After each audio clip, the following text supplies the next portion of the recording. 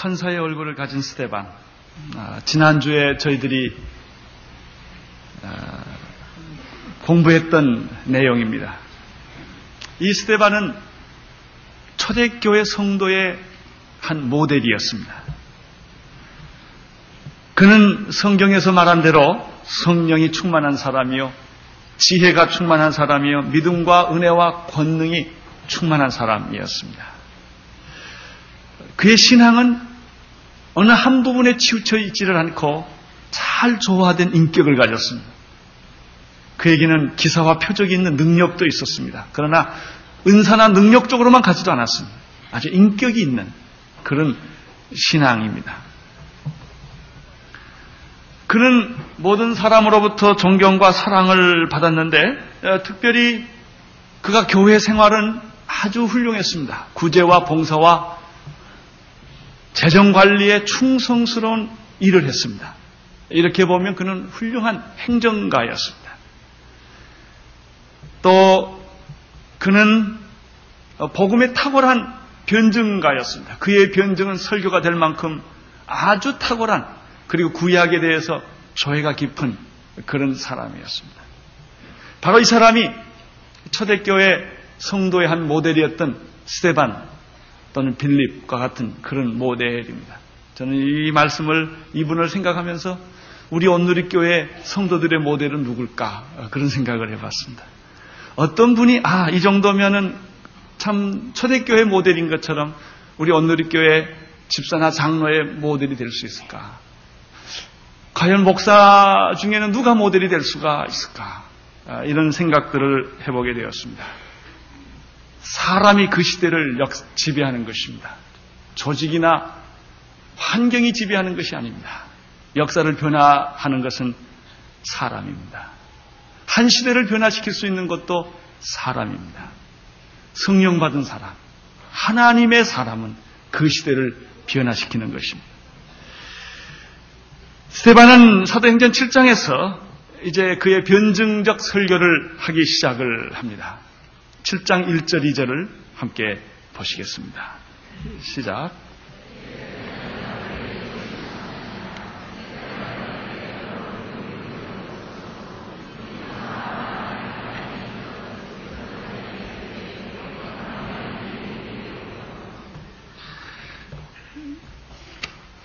대제사장이 가로되 이것이 사실이냐?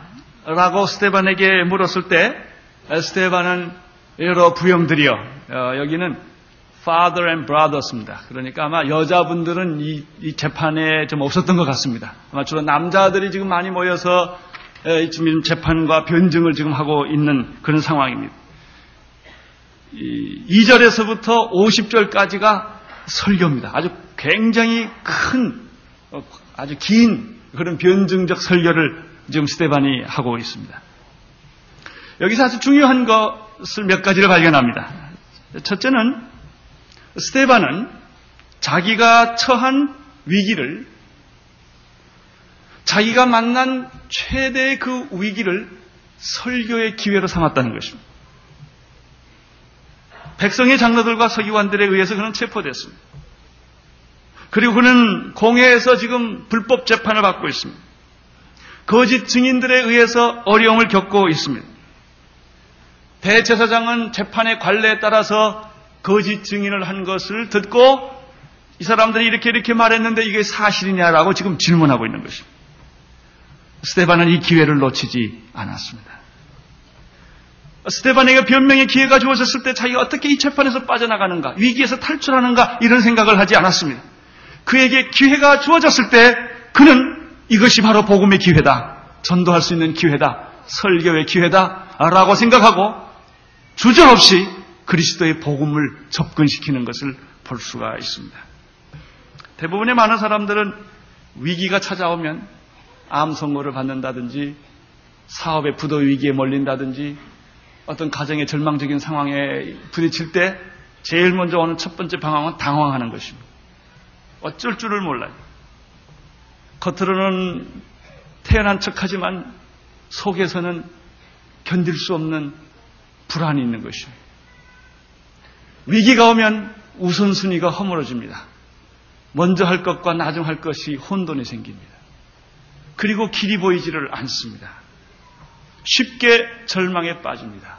어떤 경우에는 자기가 당한 위기 앞에 하나님을 원망합니다. 하나님이 이럴 수가 있을까?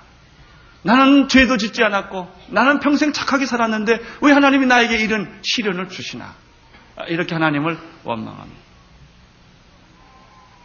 나는 새벽기도도 잘 나갔고 나는 헌금도 잘했고 누구보다도 봉사를 많이 했는데 왜 나에게 이런 시련이 있을까라고 하나님께 원망을 합니다. 그리고 이 위기에 빠지게 했던 주위 사람들을 원망하기 시작합니다. 그런데 이런 위기 속에서 자기의 잘못을 발견할 때는 한참 시간이 가야 합니다. 고난의 끝에 왔을 때 그때야 내게 문제가 있구나 그때 합니다. 고난의 처음에는 자기의 문제를 발견 못합니다. 사람이 평소에 무엇을 생각하느냐가 그 사람입니다. 사람이 평소에 무엇을 생각하느냐는 위기 상황에서 잘 나타납니다. 이렇게 보면 스데반은 분명히 평소에 하나님을 많이 생각했던 사람이요. 그는 날마다 보통 때도 위기가 아닐 때라도 하나님을 사랑했던 사람이 틀림이 없습니다. 왜냐하면 그가 재판 중에 천사의 얼굴을 할 수 있었던 것은 갑자기 하는 것이 아니기 때문입니다. 평소에 그가 하나님을 그렇게 사랑했기 때문에 위기에 있어서도 그는 똑같이 하나님을 생각할 수가 있었습니다. 두 번째 이 설교를 보면은 스데반이 설교의 시작을 구약의 아브라함으로부터 시작하는 것을 볼 수가 있습니다. 여기 성경을 보면 스데반이 가로되 여러 부형들이여 들으소서 우리 조상 아브라함이 이렇게 시작을 합니다. 이 설교자는 자기의 청중을 잘 알아야 됩니다. 사도 바울의 경우를 봐도 그렇습니다. 사도 바울이 여러 종류의 사람을 만났는데 특별히 유대인들을 많이 만날 때는 언제나 그는 구약의 얘기부터 시작을 합니다. 그 이유는 유대인들은 구약을 너무나 잘 알고 익숙하고 아브라함을 존경했기 때문에 그들에서부터 얘기를 시작합니다. 그러나 사도 바울이 아데네 같은 데 가서 이방인들한테 전도할 때는 그렇게 하지 않습니다. 너희들이 범사에 종교성이 많도다. 너희들이 알지 못하는 신에게 예배하였지만 하고 나옵니다. 벌써 이 접촉이 구약을 해봐야 이방인들은 전혀 알아듣지를 못하니까 그들이 평소에 알고 있는 그런 우상과 종교성에 대해서부터 얘기를 끌고 들어가서 전도를 하는 것을 볼 수가 있습니다. 우리가 이번 크리스마스 때 지금 전도하기를 원합니다. 바로 이러한 스데반의 방법은 우리가 전도에 있어서 굉장히 중요한 원리 중에 하나입니다. 어떤 사람은 전도하라고 갔는데 방법이 나빠가지고 화를 내게 하고 오는 사람이 있어요. 어떤 사람은 전도하라고 했더니 예수님하고 석가님하고 싸움 붙여놓고 온 사람도 있어요. 예수가 좋다, 석가가 좋다, 아주 그냥 그런 논쟁을 시키고 오는 분들도 있습니다. 여러분이 전도를 해보십시오. 전도를 해보면 예수님 나쁘다는 사람은 하나도 없습니다. 대부분의 많은 사람들이 예수님을 거부하는 것은 예수 믿는 사람들 꼴보기 싫어서. 교회가 왜 그따위냐 이거예요. 그래서 싫다는 겁니다. 결국 우리의 인격과 우리의 삶과 우리의 전도 방법에 뭐가 문제가 있는 것입니다. 스데반의 전도하는 것을 보면 굉장히 지혜롭게 시작하는 것을 우리가 알 수가 있습니다. 구약을 인용하는데 가만 보니까 2절부터 50절까지 창세기에서부터 말라기까지 얘기를 아주 다 정리를 해서 6가지 주제로 이야기하는 것을 찾아볼 수가 있습니다. 이렇게 놓고 보니까 우리 스데반 이분이 성경의 파노라마의 선구자가 아니었나.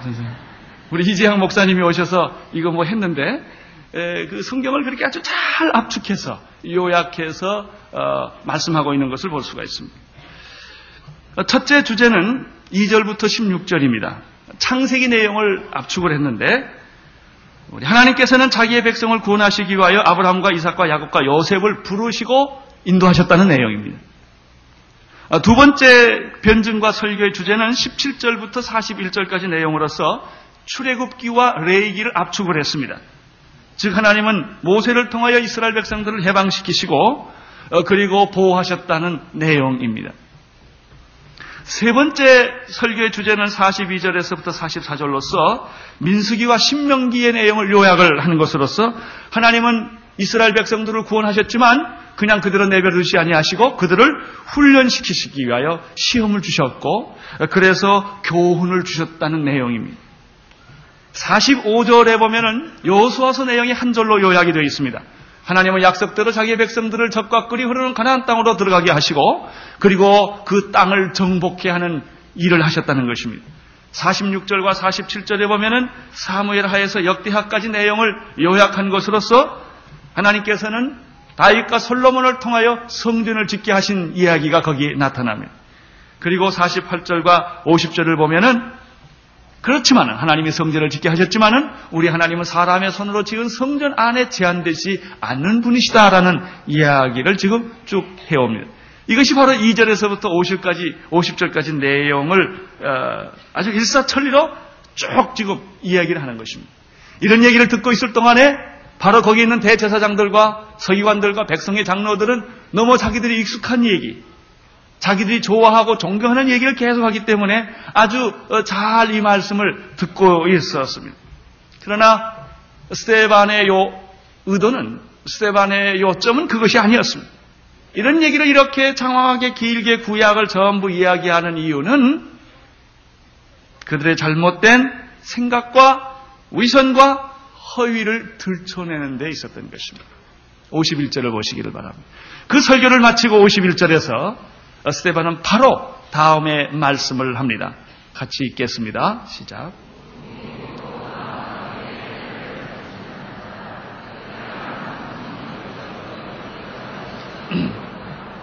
목이 곧고 마음과 귀에 할례를 받지 못한 사람들아, 너희가 항상 성령을 거스려 너희 조상과 같이 하는도다. 구약 역사의 개간이 끝난 직후에 던진 일종의 폭탄 선언인 것입니다. 스데반의 설교는 내용을 쭉 살펴보면 두 가지로 나누어집니다. 하나는 하나님을 믿고 따르는 이스라엘이 있는 반면에 하나님을 믿지만 실제로는 하나님을 거역하고 불신한 이스라엘이 있다는 것입니다. 겉으로는 다 하나님을 믿습니다. 그러나 정말 하나님께 순종하는 그룹이 있고 하나님을 믿으면서도 반항하고 하나님께 불순종하고 결과가 항상 나쁜, 그래서 오히려 하나님의 종들을 죽이고 하나님의 예언자들을 죽이는 그런 그룹이 있다는 것입니다. 이 두 그룹에 대해서 지금 스데반이 이야기를 하고 있습니다. 그 당시에 제사장들과 서기관들과 백성의 장로들은 자기들이 아브라함의 후손이기 때문에 자기만이 선택을 받았고 자기만이 구원을 받은 이런 자만심과 영적인 교만이 있었습니다. 전통적인 신앙이야말로 바로 올바른 신앙이라고 그들은 생각을 한 것입니다. 그러나 스데반은 그렇게 생각하고 있던 그들에게 목이 곧고 마음과 귀에 할례를 받지 못한 사람이라고 선언을 했습니다. 생각해 보십시오. 얼마나 이 엄청난 폭탄적인 선언입니까? 아마 스데반은 이 변론을 할 때 그렇게 크게 말한 것 같지는 않습니다. 그러나 목소리가 크다고 큰 게 아니라 내용이 문제입니다.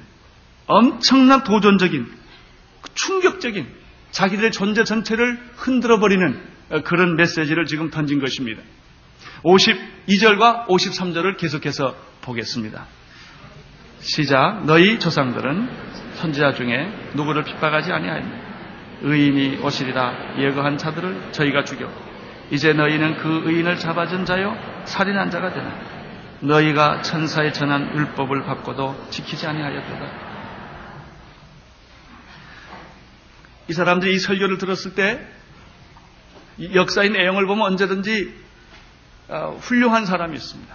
그리고 이 훌륭한 사람, 하나님의 사람을 핍박하고 반대하고 거역하는 무리들이 있습니다. 지금 이 사람들은 자기들이 훌륭한 사람의 반열에 서 있다고 생각을 한 것입니다. 아브라함과 자기들은 같고 하나님의 종들과 자기들은 같은 반열에 서서 있다고 생각을 했습니다. 그래서 그들은 자기들을 핍박하고 반대하는 악한 무리들을 대적하고 있다고 생각을 하고 있었습니다. 그런데 스데반의 얘기는 정반대였습니다. 내가 바로 핍박하고 거역하고 배반한 그 무리들의 후예라는 것입니다. 이런 비슷한 얘기가 다윗에게 있습니다. 다윗이 왕에 있었을 때 우리아의 장군 아내를 탈취를 합니다. 그리고 그 아내를 얻기 위하여 자기의 신복 부하 우리아 장군을 몰래 죽입니다. 아무 누구도 아는 사람이 없었습니다. 완전 범죄를 한 것입니다. 이때 나단이라는 선지자가 다윗 앞에 나타납니다. 왕이여, 이럴 수가 있습니까? 무슨 일이냐고. 우리 어느 한 마을에 양을 100마리가 가지고 있는 부자가 있고 그 옆에는 양이 한 마리밖에 없는 아주 가난한 사람이 있는데 그 사람은 그 양 한 마리를 자기 딸같이 데리고 사는 사람이라고. 그런데 그 부잣집에 손님이 왔는데 그 부자가 자기 양을 잡아서 대접하지 아니하고 한 마리밖에 없는 양을 뺏어다가 손님을 대접했다고. 그러니까 다윗이 화가 났어요. 그런 세상에 나쁜 놈이 어딨나. 당장 잡아다가 요주를 내라고. 그렇게 말했어요. 그때 나단이 다윗을 향하여 이치유, 당신입니다. 그때 다윗이 소스라치게 놀라고 충격을 받습니다. 거기서 회개합니다. 꼬꾸라져서. 담요가 젖도록 회개를 합니다. 침상이 젖도록 회개하는 것을 볼 수 있습니다. 그렇습니다. 많은 사람들이 정의를 이야기합니다. 많은 사람들이 비판을 합니다. 자기가 정의로운 사람인 것 편으로 섰다고 생각을 하는 것입니다. 자기가 의로운 사람의 반열에 서서 모든 사람을 정죄하고 비판하고 한참 있는데 바로 자기가 비판한 그 사람이 자기라는 것입니다. 그 사실을 알게 되었을 때 충격을 받게 됩니다. 목사가 설교를 합니다. 사실은 교인들한테 하는 설교가 아니라 제 자신한테 하는 설교인지 모릅니다. 있지요. 당신입니다. 심판을 받아야 할 사람은 당신입니다. 정죄를 받아야 할 사람은 당신입니다. 처음에는 그게 자기가 아닌 줄 알고 자기도 덩달아 신나게 비판하고 욕을 하고 말을 많이 했는데 결국 그게 사실이라는 것입니다. 얼마나 그 사람들이 충격을 받았겠습니까? 그 반응이 54절에 나타납니다. 54절 시작. 두 가지 반응이 있습니다. 처음에는 마음이 찔렸다고 말했습니다. 말씀을 들으면 마음에 찔립니다. 왜 사람들이 화를 내는지 아세요? 무슨 얘기하다 화를 퍽 내는지요? 사실이니까. 사실이 아니면 그렇게 화낼 이유가 없습니다. 왜 화내는지 아세요? 왜 상처받는지 아세요? 사실이 아니면 상처받을 게 없습니다. 어느 정도 사실이기 때문에 상처받는 것입니다. 사실이 아니면 지나가면 됩니다. 나중에 다 알게 되겠지. 아무 중요하지 않습니다. 말씀을 들으면 찔림을 받습니다. 정곡을 찌르는 것입니다. 정곡이 찔러지면 두 가지 반응이 나옵니다. 베드로의 설교를 듣고 사람들은 어찌할꼬? 우리가 어찌할꼬? 가슴을 치며 그들이 회개했습니다. 그때 주 예수를 믿으라. 그리고 성령을 선물로 받으라. 회개하고 예수를 믿으라. 성령을 선물로 받으라. 그때 그들은 회개하고 세례를 받았습니다. 3,000명. 그러나 똑같이 마음에 찔렸지만은 두 번째 반응은 이를 가는 반응입니다. 그들은 회개하기보다는 오히려 분노하고 이를 갈았습니다. 성령으로 거듭난 사람, 하나님께서 택한 복된 사람은 언제나 하나님의 말씀이 자기에게 왔을 때 겸손히 마음의 찔림을 받으면 무릎을 꿇는 것입니다. 조용히 회개하는 것입니다. 하나님 앞에 돌아오는 것입니다.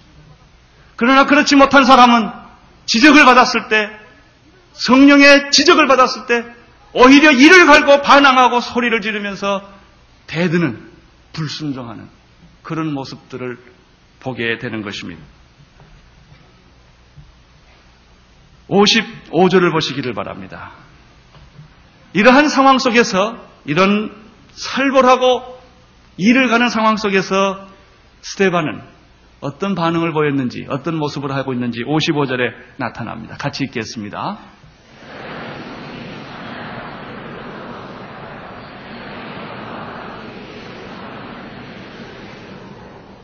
여기서 우리는 또다시 놀라운 또 하나의 사실을 목격하게 됩니다. 이런 위기 속에서, 이런 허위 증언 속에서, 이런 분노하고 이를 갈고 어쩌면 죽여버리고 싶은 살기가 있는, 그래서 나중에는 실제로 죽여버립니다. 이런 분위기 속에서 스데반은 어떤 모습을 가지고 있었는가? 첫째, 그는 성령이 충만했다고 말했습니다. 그렇습니다. 우리가 6장에서 천사의 얼굴을 한 스데반 얘기를 했습니다. 어떻게 스데반이 그런 얼굴을 할 수 있었을까? 그렇습니다. 성령이 그를 충만하게, 성령이 충만했기 때문에 그런 상황 속에서 그는 천사의 얼굴을 할 수가 있었습니다. 우리는 환경의 지배를 받습니다. 그러나 그리스도인은 환경을 초월한 사람들입니다. 우리는 이 세상 속에서 합니다. 그래서 우리는 날마다 먹고 마시고 자고 살아야 되는 이런 구체적인 현실 속에 사는 똑같은 인간들입니다. 우리에게도 자녀가 있고 부모가 있고 가족이 있습니다. 우리가 살아야 되는 직장이 있고 우리가 살아야 되는 이 사회라는 규범이 있는 것입니다. 그러나 우리는 그 안에 살고 있지만 그 안에 예속되어 있지 않습니다. 세상을 뛰어넘어 살고 있는 사람들이 그리스도인들입니다. 스데반은 그런 사람이었습니다. 그렇기 때문에 그는 그의 그 재판 속에서도 그는 성령이 충만했던 것을 볼 수가 있습니다. 두 번째입니다. 성령이 충만했을 뿐만 아니라 그 영은 그가 지금 하늘을, 그의 눈은 하늘을 우러러 주목하고 있었다, 이렇게 되어 있습니다. 스데반이 성령에 충만하여 하늘을 우러러하여 주목하여, 이렇게 되어 있습니다. 그의 마음과 생각은 하늘에 있습니다. 눈에 있는 것보다 더 중요한 것은 무엇을 보느냐입니다. 그리고 어디를 보느냐입니다. 눈이라고 다 눈이겠습니까? 입이라고 다 입이겠습니까? 귀라고 다 귀겠습니까? 볼 수 없는 눈도 있고 말할 수 없는 입도 있고 들을 수 없는 귀를 가진 자들이 얼마나 많이 있습니까?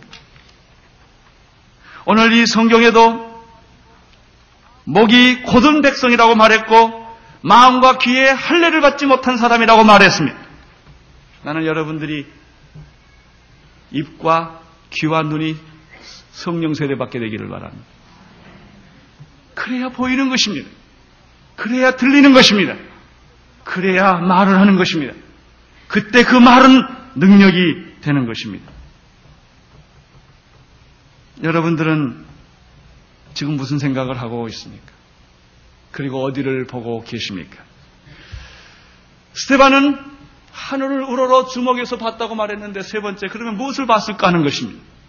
그 다음 성경을 보면 스데반이 성령이 충만하여 하늘을 우러러 주목하여 무엇을 봤다고 말했습니까? 하나님의 영광과 및 예수께서 하나님의 우편에 서신 것을 봤다고 말했습니다. 그가 본 것은 하나님의 영광입니다. 영광의 광채입니다. 그가 하늘을 봤을 때 하늘이 찬란하게 빛나는 것을 보았습니다. 천국이란 하나님의 영광의 광채가 충만한 곳입니다. 하나님이 계신 곳에는 언제나 영광의 빛으로 충만되어 있습니다. 하나님을 만난 사람도 그 영광의 빛이 있는 것입니다.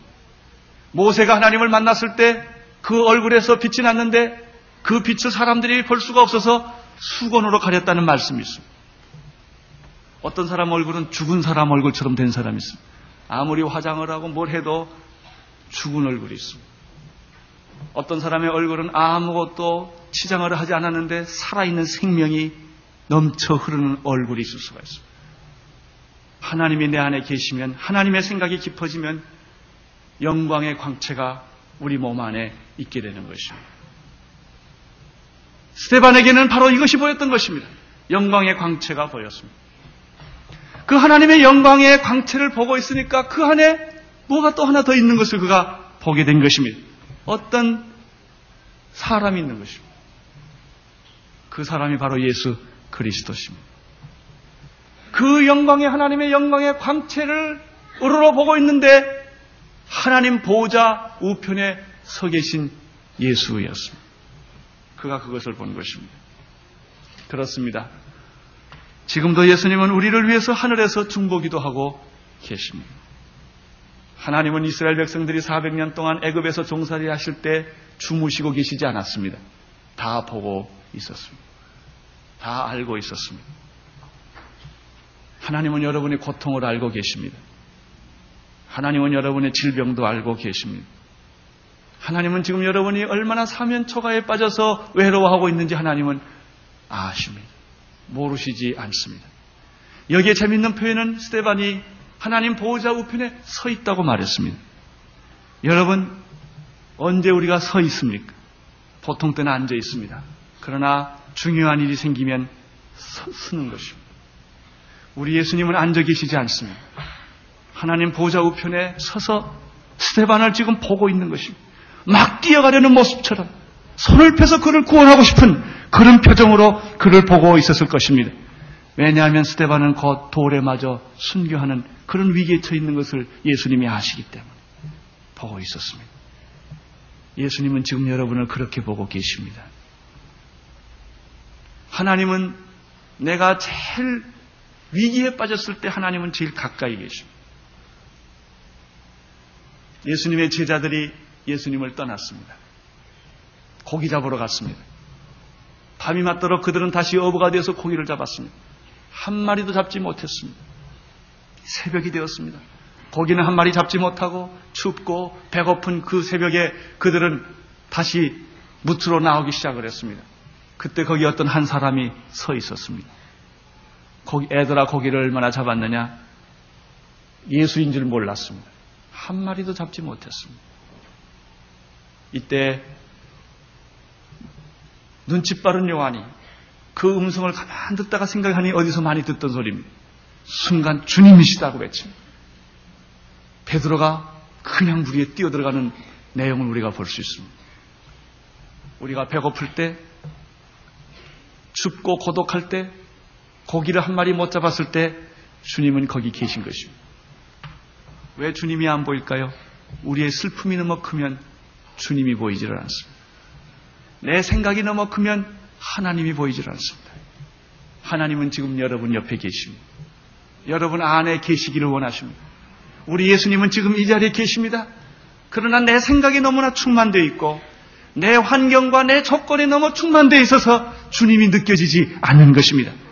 여러분 믿으십시오. 절대로 주님이 없는 것이 아닙니다. 여러분이 못 보신 것입니다. 그러나 스데반은 오늘 그것을 보았습니다. 재판 중에 그것을 보았습니다. 재판하고 있을 때, 모함을 받고 있었을 때, 그가 돌에 맞아 죽었을 때 보통 사람 같았으면 하나님이 나를 버렸다고 말할 것입니다. 내가 주님을 위해서 살려고 하는데 왜 이렇게 돌에 맞아 죽어야 되느냐고 그들이 항변할지 모릅니다. 그런 위기입니다. 그런 불행한 사태입니다. 그러나 그러한 불행한 사태에서 스데반은 예수님을 보았습니다. 그 예수님은 앉아 계신 예수님이 아니라 서 계신 예수님이십니다. 손을 뻗치고 응답하려는 예수님이십니다. 오늘 여러분 스데반처럼 이 예수님을 보고 싶지 않으십니까? 지금 주님은 여러분 안에 계시고 여러분 곁에 계시고 여러분을 향하여 계십니다. 그분은 그냥 계시지 않고 기도하고 계십니다. 성령이 말할 수 없는 탄식으로 우리가 기도 못할 때 기도해 주신 것처럼 우리가 기도를 잃어버렸을 때, 믿음이 끝났을 때 주님은 우리를 포기하지 않고 계속해서 우리를 찾고 계십니다. 그래서 스데반의 얼굴은 천사처럼 빛날 수가 있었습니다. 오늘 하나님의 축복이 여러분에게도 똑같이 임하게 되기를 바랍니다. 하나님의 광채가 여기 있고 그 광채 속에는 예수님이 계십니다. 기도하겠습니다. 하나님 아버지, 스데반은 재판 중에 성령 충만했으며 하늘을 우러러 보았으며 하나님의 영광의 광채를 그가 보았습니다. 주님, 오늘 우리의 고난의 현실 속에서 똑같이 이런 것들을 보게 되기를 원합니다. 우리는 세상을 이길 힘이 없습니다. 주여 이 힘을 우리에게 주시옵소서. 우리는 질병을 이길 힘이 없습니다. 질병을 이길 수 있는 믿음과 힘을 주시옵소서. 우리는 세상을 뚫고 나갈 용기가 없습니다. 우리는 여리고 앞에서 얼마나 많이 좌절했는지요. 그러나 이 시간 다시 스데반처럼 하늘을 우러러 보게 하여 주옵소서. 먹구름 속에 은빛 광채가 나타난 것처럼 아버지 하나님의 그 하늘에서는 우리 하나님의 영광의 광채가 있으며 우리를 위해서 중보기도 하고 계시는 예수님이 서 계신 것을 믿습니다. 주여 우리로 하여금 새로 시작하게 하여 주시옵소서. 예수님 이름으로 기도드리옵나이다.